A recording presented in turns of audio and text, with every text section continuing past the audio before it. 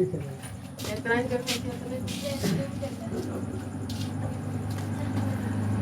Camera खराब है तो क्या कर दुख बांटे के तुम्हें नहीं बड़ा हम घाव हो रहे कोई काटने तो बड़ा तुम जान लो काट लेना घाव हो काट लेंगे तो सोना नहीं सोने ले सर के लगेगा कि सब कटा पे कोई तो हाँ हमको दिक्कत है ना लगेगा तो सबके तबीयत खराब अच्छा त्रिभुजों की सर्वांग समता कई तरह से ननो 5 तरह से कौन कौन पहला ए से बता दो नहीं कौन नहीं पहला जो लिखा है भुजा कौन भुजा वो अभिग्रहित है एस ए एस सर्वांग समता से दूसरा है एस दूसरा था ए से सर्वांग समता तीसरा था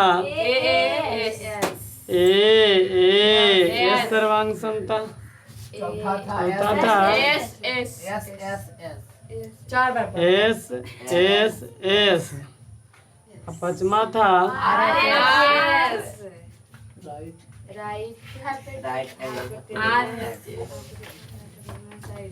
यही था ना नो अच्छा ये समझा चुके थे कहीं हो कि एस ए एस क्या है समझा चुके थे नहीं समझा थे अब ए एस ए ये भी समझा चुके थे देखो क्या होता है समझा फिर से एस के मतलब भुजा एगो ए के मतलब एंगल यानी कोण एस के मतलब भुजा एस ए एस दू गो भुजा एगो कोण कोण कहाँ वाला बीच वाला जैसे यहाँ लिखल रहेगा वैसा ही देखिए यहाँ क्या लिखल है दू गो कोण एगो भुजा बीच वाला किसी त्रिभुज में यदि बराबर हो तो वह त्रिभुज क्या होगा सर्वांगसम होगा। और कैसे सर्वांगसम होगा तो ए एस ए ऐसे देखें जिस त्रिभुज में मान ले जिस त्रिभुज में ऐसे है ना एगो कोण एगो भुजा एगो कोण मतलब ई कोण बराबर ई कोण आई भुजा बराबर ई भुजा आई कोण बराबर ई कोण देखो ये दोनों त्रिभुज सर्वांगसम होंगे कौन गुण से हाँ कोण भुजा कोण से कोण भुजा कोण से सर्वांगसम होगा तो कैसे सर्वांगसम होगा तो कभी कोण भुजा कोण से है ना क्योंकि एगो कोण बीच में भुजा फिर कोण एगो नीचे भी हो सकता है हाँ कैसे हो सकता है ऐसे भी हो सकता है देखो ऐसे भी हो सकता है त्रिभुज त्रिभुज ईगो कोण ई भुजा ई कोण ई कोण ई भुजा ई कोण टेढ़ा बस ये ध्यान देना है कि बीच में भुजा दो कोण कोई भी त्रिभुज देखिए अब इसको ऐसे सीधा कर देंगे तो सीधा हो जाएगा नहीं यानी कोई भी दो कोण एगो बीच वाला भुजा यदि बराबर हो त्रिभुज में तो वह दोनों त्रिभुज आपस में सर्वांगसम होंगे कौन गुण से ए एस ए से। और यदि ऐसे देखिए ऐसे किसी त्रिभुज में ऐसे एगो ई कोण एगो ई कोण आई वाला भुजा बराबर है ऐसे ई कोण आई वाला भुजा तो बताइए सर्वांगसम होगा हाँ सर होगा कोण कोण भुजा नहीं यहाँ पे कोण कोण भुजा तो ये सर्वांगसम होगा कौन गुण से हाँ ए एस से कैसा हो रह सकता है सिर्फ ध्यान देना है कि दो गो कोण के बाद एगो भुजा कोनो दो गो कोण लगातार होना चाहिए और उसके बाद एगो भुजा तो इस नियम से सर्वांगसम हो जाएगा।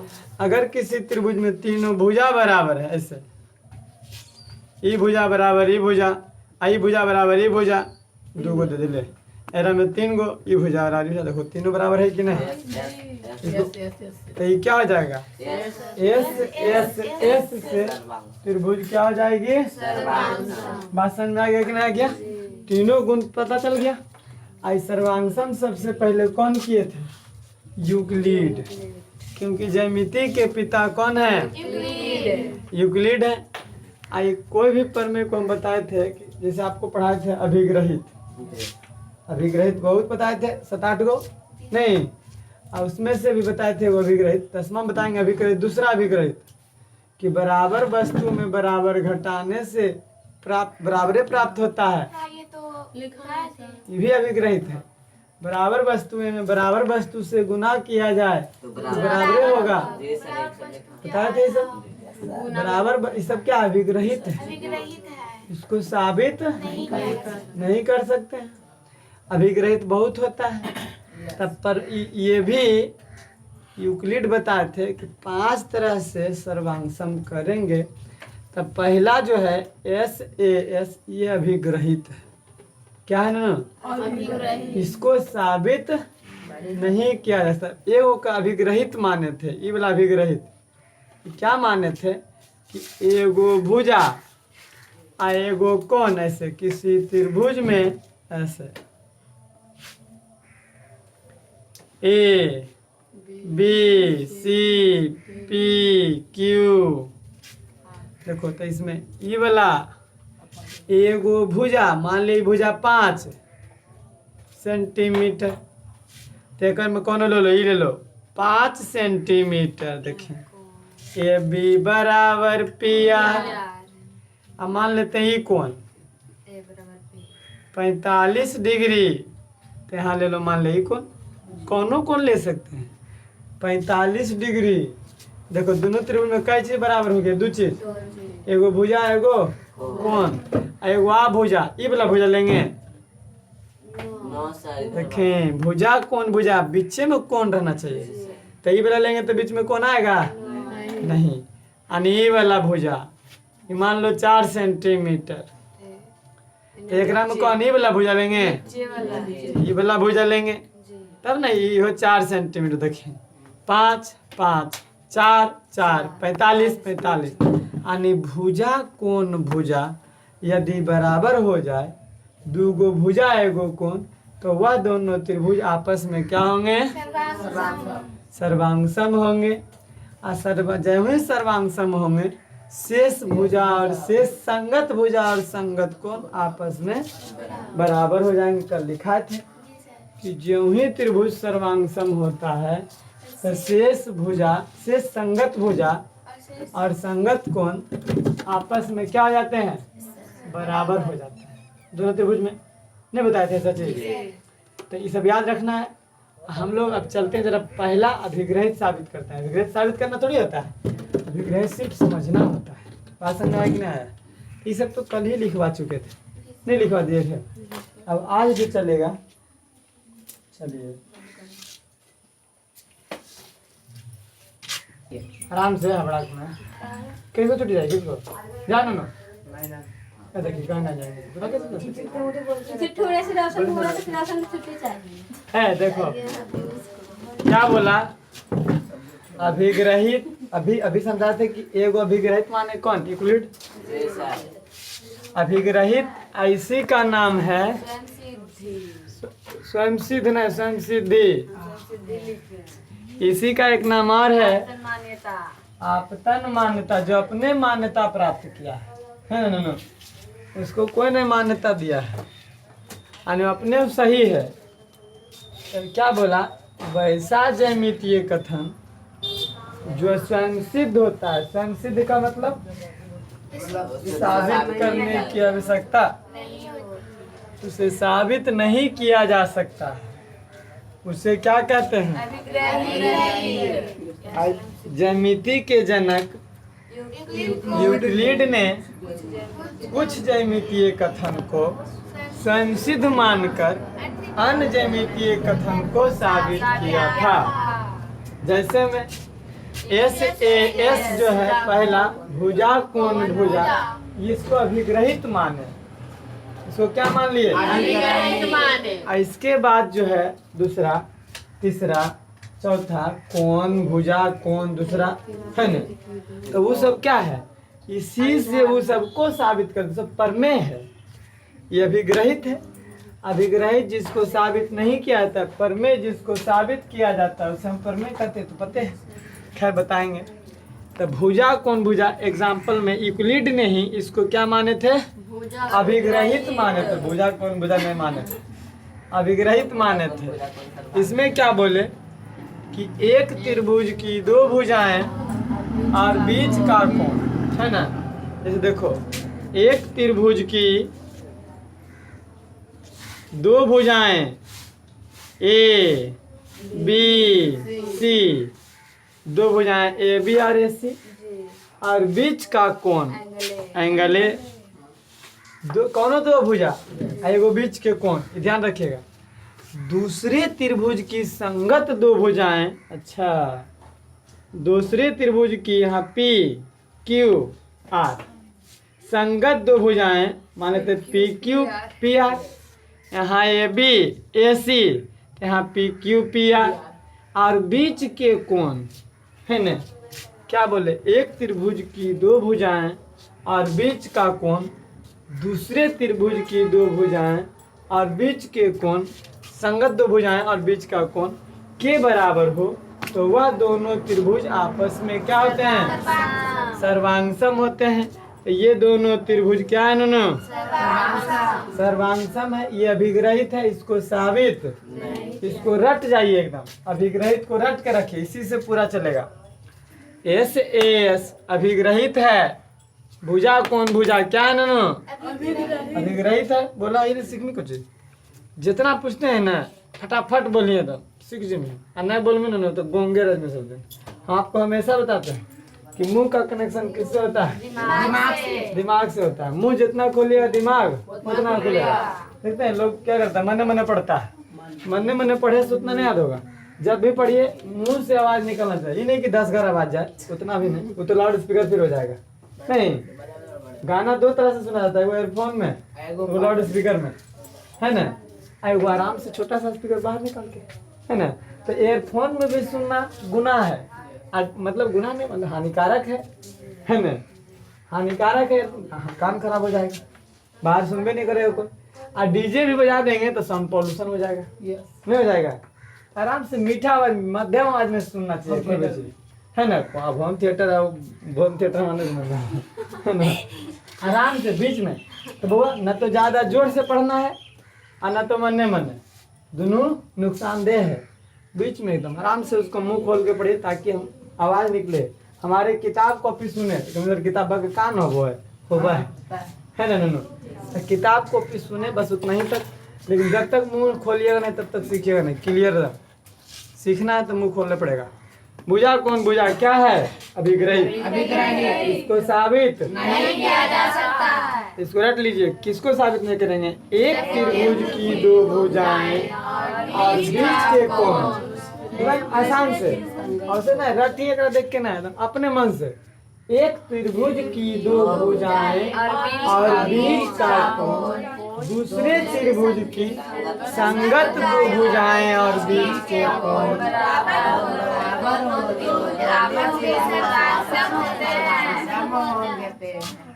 मछली क्या दिक्कत? भुजाएं और बीच का कोण बराबर हो तो वह दोनों त्रिभुज सर्वांगसम होंगे। और कल बताए थे कि ज्यों ही सर्वांगसम होंगे तो शेष संगत कोण और संगत भुजाएं आपस में बराबर होती है। कल बताए थे, नहीं बताए थे रुनो? तो बताए, इसमें लिख सकते हैं ऐसे, इसमें ऐसे लिखो, माना कि ए बी सी आर पी क्यू आर दो त्रिभुज है। अरे की बोलो रे भाई, दो त्रिभुज है ना? नो जिसमें सपना को मार के अपना बना दे। इसमें ए बी बराबर पी क्यू संगत भुजा ए बी बराबर ए बी बराबर पी क्यू और कोण ए बराबर कोण पी, कोण ए बराबर कोण पी, ए सी बराबर पी आर, ए सी बराबर देखो भुजा कौन भुजा, तो त्रिभुज आपस में क्या होंगे, ये दिया हुआ था इसी में, यही ना बोले हैं। देखिए एक त्रिभुज की दो भुजाएं और बीच का कोण दूसरे त्रिभुज की संगत दो भुजाएं और बीच के कोण बराबर हो तो दोनों त्रिभुज सर्वांग सम होंगे। तो ये क्या था, दिया हुआ था ना, तीनों दिया हुआ है, तब बोला दोनों त्रिभुज सर्वांग सम होंगे, यानी त्रिभुज ए बी सी सर्वांग सम पी क्यू आर। कल हम बताए थे कि जब दो त्रिभुज ज्यों ही सर्वांग सम होंगे तो शेष संगत भुजाएं और संगत कोण आपस में बराबर होते हैं। तो बताओ कौन बराबर होंगे जी, कौन बी बराबर बी सी बराबर क्यू आर, संगत भुजा बी सी क्यू आर, ये हो जाएगा। जब इतना दिल रहा है तो अपने हो जाएगा नहीं। अच्छा बताओ कोण बी के संगत कोण कोण क्यू कैसे संगत या पता करते बता दिए थे, बी के सामने एस सी बराबर पी आर, देखिए एस सी बराबर पी आर, पी आर के सामने क्यू, तो संगत या कोण बी बराबर कोण क्यू और कोण सी बराबर कोण आर। ये तीनों चीज बराबर हो जाएगा कब, जब दो त्रिभुज सर्वांग सम होंगे तब। बात समझ में आया कि नहीं आया जी, किसी को कोई दिक्कत यहाँ तक? जब ही त्रिभुज सर्वांग सम होते हैं, यहाँ पे लिख सकते हैं इसे, यहाँ पे कि जब ही त्रिभुज सर्वांग सम होते हैं, यहाँ पे लिख देते हैं हम, ज्यों ही त्रिभुज क्या नाम, सर्वांग सम होते हैं तो शेष संगत भुजा और संगत कोण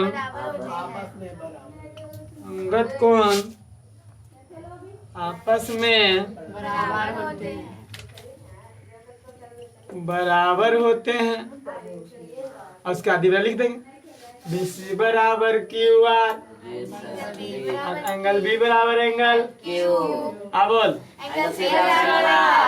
संगत कोण बराबर होता है, नोट करो।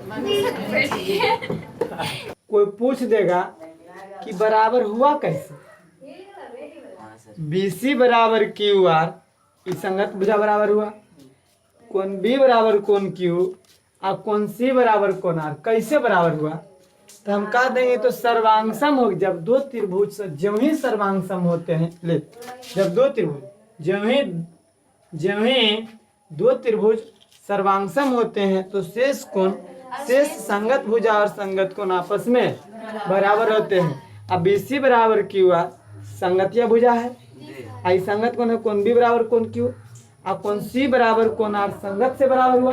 तो कोई पूछे कैसे बरकत में, सर्वांग समता के गुण से, कैसे ना सर्वांग समता के गुण से। तो कोई पूछेगा तो कभी तोरा समझ में ना आई, तो तोरा दिमाग उतना है, कभी सर्वांग समता के गुण से, तो सर्वांग समता के की गुण है, कभी तो नहीं पढ़नी है, पहले जो पढ़ के आई है क्या समझेगा, है ना बात समझा है कि ना है, पहले पढ़ के आएगा तब बता देंगे। तो ये तीनों कैसे होगा, सर्वांग समता के गुण से। बात समझ में आया कि नहीं आया, अब नोट करें, अब ठीक है। देखो नूनू, अब प्रमेय 10 तक पढ़ाए थे हम, तो स्टार्ट किए थे तब। अब प्रमेय नंबर 11 आज है। क्या है कि किसी त्रिभुज में, क्लास 8 में बताए थे, समद्विबाहु त्रिभुज, समद्विबाहु साबित नहीं किए थे, जिस त्रिभुज की दो भुजा आपस में बराबर हो, समद्विबाहु त्रिभुज। ये भी बताए थे कि दो भुजा बराबर है तो दो गो कोण भी बराबर हो, जी सर। बताए थे। यही साबित करना है। यही बोला किसी त्रिभुज में समान भुजाओं मतलब बराबर ए बी बराबर ए सी, असमान भुजाओं के सम्मुख कोण देखें एक कर सामने कोणी एक कर सामने कोणी आपस में बराबर होते हैं। यही साबित करेंगे। बताए थे कि क्लास 9 में साबित होगा सब प्रमेय नहीं बताए थे। ये क्लास 8 में पढ़ाए थे कि समद्विबाहु त्रिभुज के दो भुजा आपस में बराबर तो दो कोण भी आपस में बराबर। बराबर। तो वही अभी यही प्रमेय नंबर 11 साधारण प्रतिज्ञा बता दिए थे। साधारण प्रतिज्ञा क्या होता है? किसी भी प्रमेय में जो कथन है उसको साधारण प्रतिज्ञा बोलते हैं। किसी त्रिभुज में समान भुजाओं के सम्मुख कोण आपस में बराबर होते तो पता है। लेकिन साबित होगा यही प्रमेय नंबर 11 12 13 14 जो भी है। अब प्रमेय पढ़ा करके उसके बाद चैप्टर स्टार्ट करेंगे, कोई दिक्कत नहीं होगा। तो इसको कल चलेगा साधारण प्रतिज्ञा याद कर लीजिएगा। किसी भी प्रमेय में प्रमेय को लिखने के लिए साधारण प्रतिज्ञा लिखा जाता है और जो फिगर बनाते हैं उसको विशेष प्रतिज्ञा में लिखते हैं, है ना। और जो रचना के साबित करने के लिए रचना किया था उसको रचना में लिखते हैं, उसके बाद प्रमाण देते हैं, है ना। साबित उसके बाद करते हैं। कल ही साबित होगा। क्या साबित होगा जी? कि किसी त्रिभुज में समान भुजाओं के सम्मुख कोण आपस में बराबर है। ये हम याद कर लीजिए। पर मैं 10 को याद होगा उन्हें आधे की नहीं पर मैं 10 याद होगा पक्का याद होगा उम्मीद है। मैं याद हो तो समझ लें कि हाँ डंडा नोट कर तो छुट्टी अभी मैं छुट्टी बैठ गो आराम करूँ मोबाइल के लिए गेम